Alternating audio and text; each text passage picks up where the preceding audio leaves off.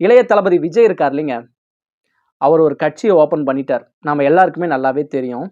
தமிழக வெற்றி கழகம். இந்த தமிழக வெற்றி கழகம் கட்சி பேரை விட்டதுக்கு அப்புறம் ஒண்ணு சொல்றாரு விஜய். அதுல என்ன சொல்றாருன்னா, இங்க இருக்கிற தமிழகத்துல இருக்கிற எந்த கட்சி கூடயும் என்னோட தமிழக வெற்றி கழகம் கூட்டணி போடாது. நான் தனியா நின்னு தான் இந்த தமிழ்நாட்டோட முதலமைச்சர் ஆகப் போறேன் அப்படின்னு விஜய் ஒரு வார்த்தை விட்டுட்டாரு. அதுக்கப்புறம் என்ன சொல்றாருன்னா, நான் 2026ல சட்டமன்ற தேர்தல் வருது பாத்தீங்களா, அந்த சட்டமன்ற தேர்தல் தான் விஜய் என்னோட கோலு. அந்த சட்டமன்ற தேர்தல்ல விஜய் தமிழ்நாட்டோட முதலமைச்சர் ஆகப் போறான் அப்படிங்கிற ஒரு அறிக்கையை விட்டுட்டார். ஓகேங்களா? இன்னைக்கு விஜய் ஒரு அறிக்கை விட்டுறாரு. அது என்ன அறிக்கைனா, சினிமா எனக்கு ஒரு தொழிலா இருந்துச்சு. ஆனா நான் இப்ப அரசியலுக்கு வரப்போறேன். மக்களுக்கு நல்லது பண்ண வரப்போறேன். ஓகேங்களா?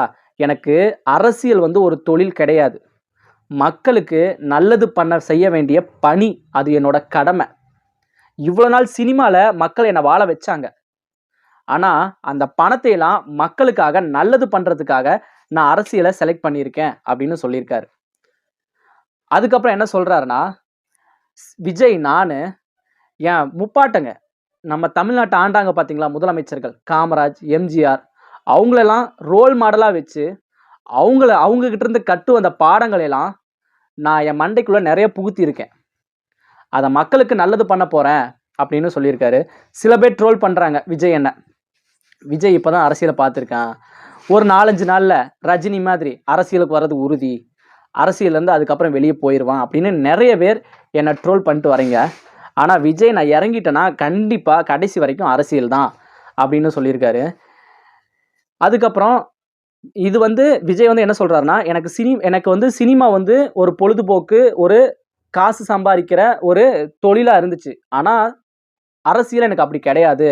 அது வந்து என் ஃபுல் டைம் பணி. அது ஜாப் கிடையாது. ஃபுல் டைம் பணி. நான் மக்களுக்கு நல்லது பண்ண வேண்டிய ஒரு செலக்ட் பண்ண ஒரு ஆப்பர்ச்சுனிட்டி அப்படின்னு சொல்லியிருக்காரு. இதை கேட்ட விஜய் ரசிகர்கள் எல்லாருமே அந்த விஜய் மக்கள் இயக்கம் கொடி இருக்கும் பாத்தீங்களா, ஒயிட் கலர் கொடி, அதுல வந்து விஜயோட போட்டோ போட்ட ஒரு லாக், அதை வந்து பயங்கரமா அந்த விஜய் மக்கள் கொடியை வச்சு ஆடிட்டு இருக்காங்க. அதுக்கப்புறம் விஜயோட வீடு இருக்கு பாத்தீங்களா, சென்னையில பனையூர் அப்படிங்கிற ஒரு வீட்டு முன்னாடி விஜய் ரசிகர்கள் எல்லாருமே பட்டாசு வெடிச்சு பயங்கரமா கொண்டாடிட்டு இருக்காங்க.